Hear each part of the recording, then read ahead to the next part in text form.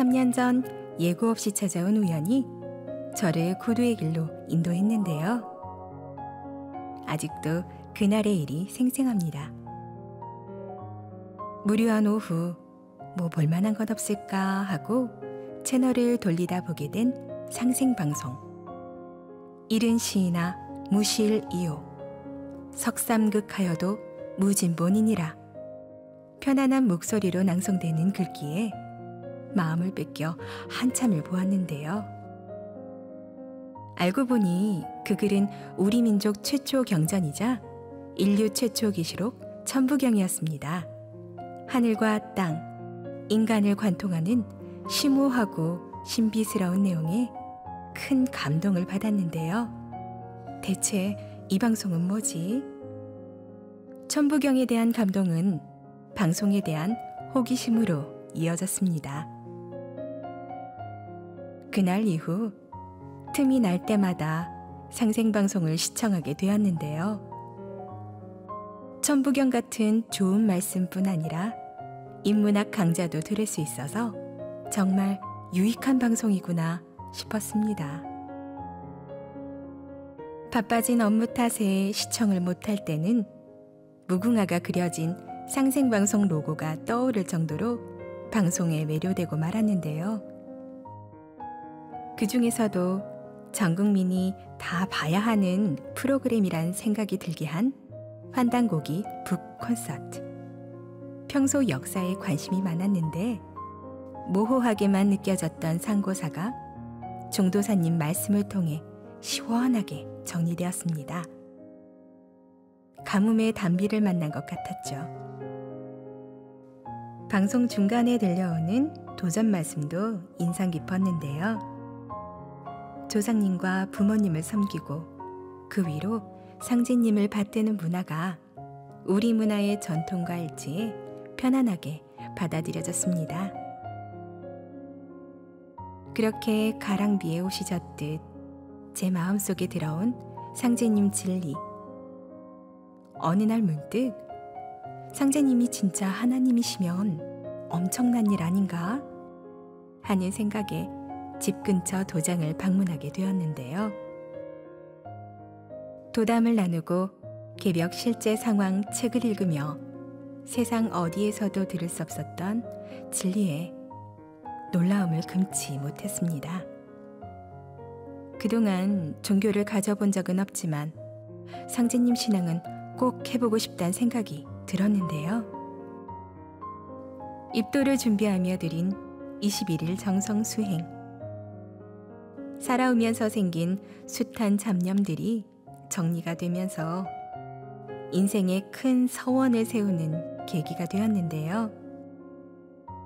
인간으로 태어났다면 마땅히 세상을 위해 큰 일을 해야 하는 것 아닌가 하는 생각이 들면서 상제님 도문에서 천하사를 하고 싶은 마음이 커졌습니다. 우연히 보게 된 상생방송, 그리고 운명처럼 다가온 상제님 진리. 그 안에 조상님의 음덕과 은혜가 깃들어 있음을 압니다. 하루빨리 입도해 바르게 신앙하는 것으로 보은하겠습니다.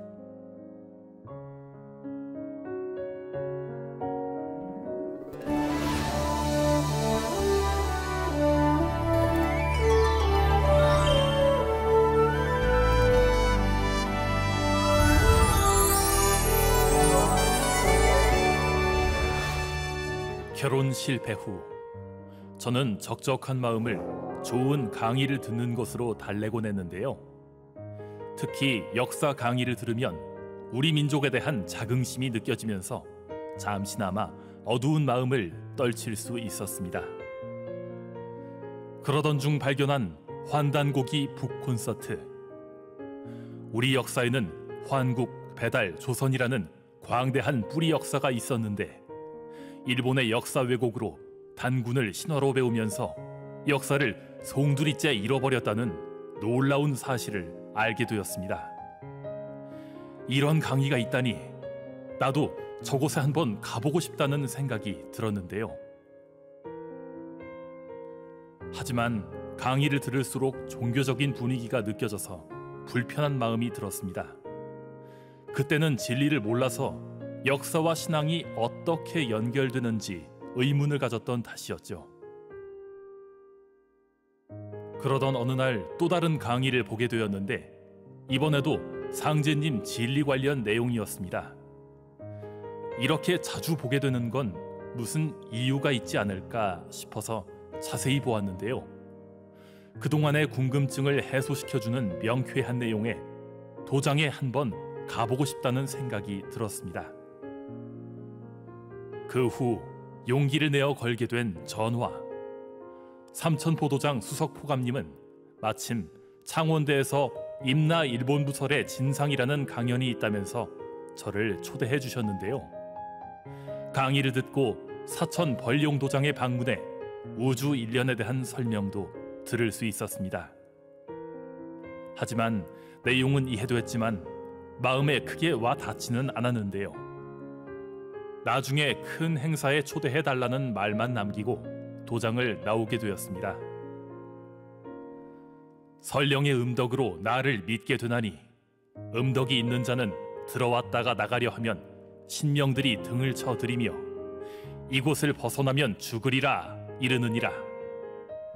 상제님 말씀처럼 조상님의 음덕 덕분일까요?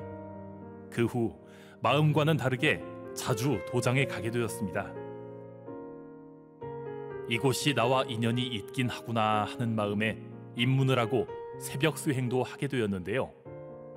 수행 3일째 되던 날 어머니를 고생시킨 저의 잘못이 떠오르며 주체할 수 없을 만큼 눈물이 흘렀습니다. 하지만 입도를 결심할 만큼 확신이 서지는 않았는데요.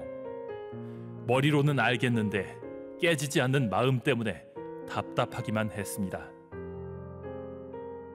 상제님 진리에 입도해도 괜찮은지 확신이 들게 해주세요.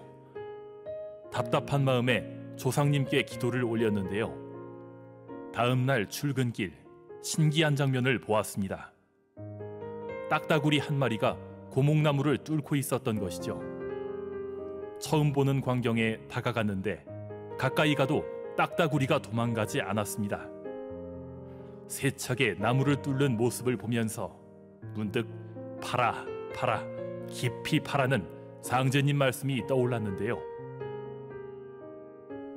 어쩐 일인지 그날 이후부터 진리 내용이 마음에 와닿기 시작했습니다.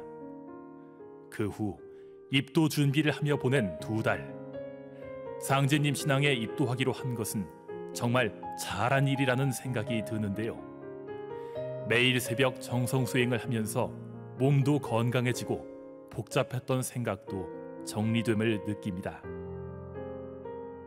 상제님 진리를 만난 후 보이진 않지만 조상님들이 우리 삶에 직접적인 영향을 주고 계시다는 것을 자주 느끼게 되는데요. 상제님 진리로 향하는 다리를 놓아주시고 깨지지 않는 자손에게 아름귀를 내려주신 조상님들의 은혜에 다시 한번 감사드립니다. 이제는 진리를 잘 익혀서 많은 사람들에게 진리를 전하는 참 일꾼의 삶을 살고 싶습니다.